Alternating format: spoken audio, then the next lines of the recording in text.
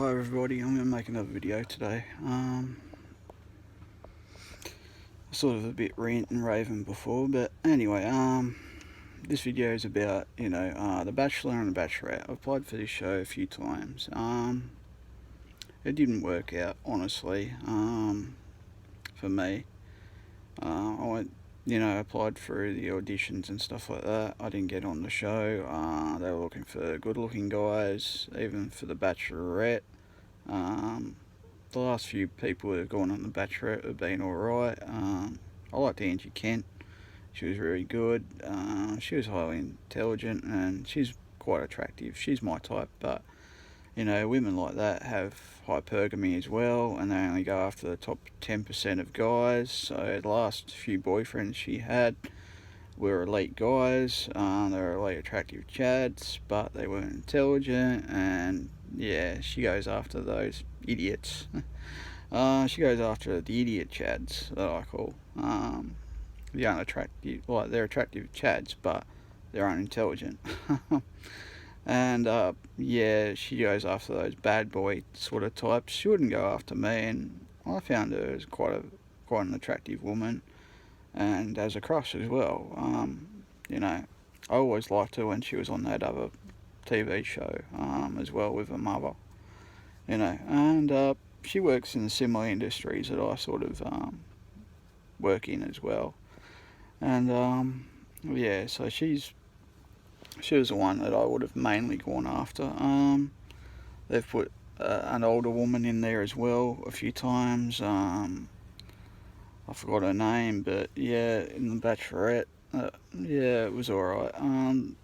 Mainly the guys in the Bachelors, most of them are 10 out of 10 guys. They're models, or they come from good backgrounds like doctors, lawyers, stuff like that. Business guys working, the stock exchange and stuff like that. High business guys and stuff like that. But, and then you see on The Bachelor, they put people like Nick Cummins on there, who's an ex-rugby player. Not a highly intelligent guy. He's quite an idiot. He's not intelligent at all. I don't think he even went to university. I don't even think he went to high school either. I don't think he finished high school as a rugby player. He's not intelligent, no. But the women, he did have problems on there going on that show, and they were quite attractive and quite intelligent. Some women that do go on these shows do have a lot of problems as well, and they come with that as well. Shows like Love Island have seen, a lot of suicides and stuff like that, especially from the UK series of it.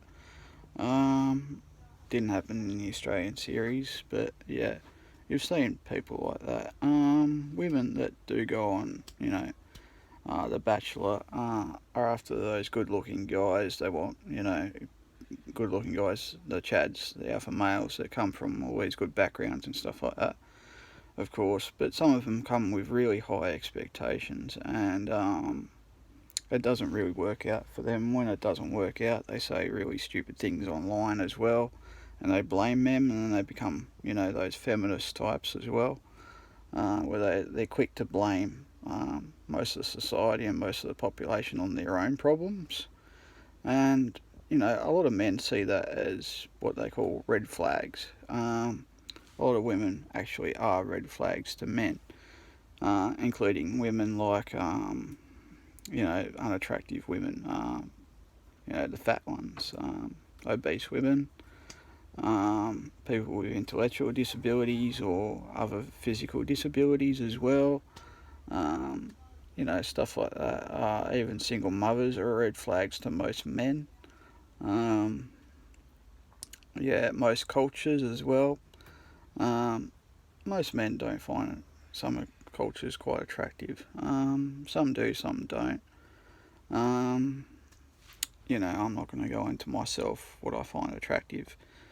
I'll leave that for another video. But yeah, so the women that go on these shows do come with high expectations, and yeah, most guys on there know that most of these women won't be able to be in a complete committed relationship. They're only on there for fame, basically, and not there for the right thing.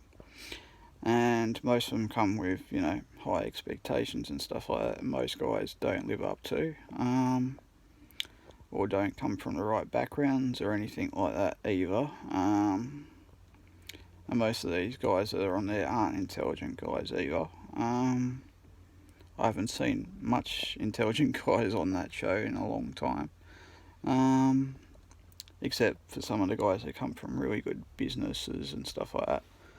But yeah, most of the elite guys that are on there on Bachelorette, some of them are good looking alpha male chads, of course. They don't put betas like me on there. I just don't want to, I don't think. There's some elitist reasons why they do that as well, or why they won't have, us on there. Maybe because of certain cults and stuff like that that they're a part of, even in the audition process, which is why they leave out most people as well. Same with shows like Married at First Sight. 20,000 people applied for the last few years. I've applied for that for about 7 or 8 years now and never got on the show. I used to have a crush on a couple of the women that were on that show, maybe 4 of them. Were close to my age. Some of them were a little bit younger than me. I don't know where their relationships ended or if they were still in relationships. Yeah, and there's all sorts of women on that show. Also in certain ages as well. There are older women on there.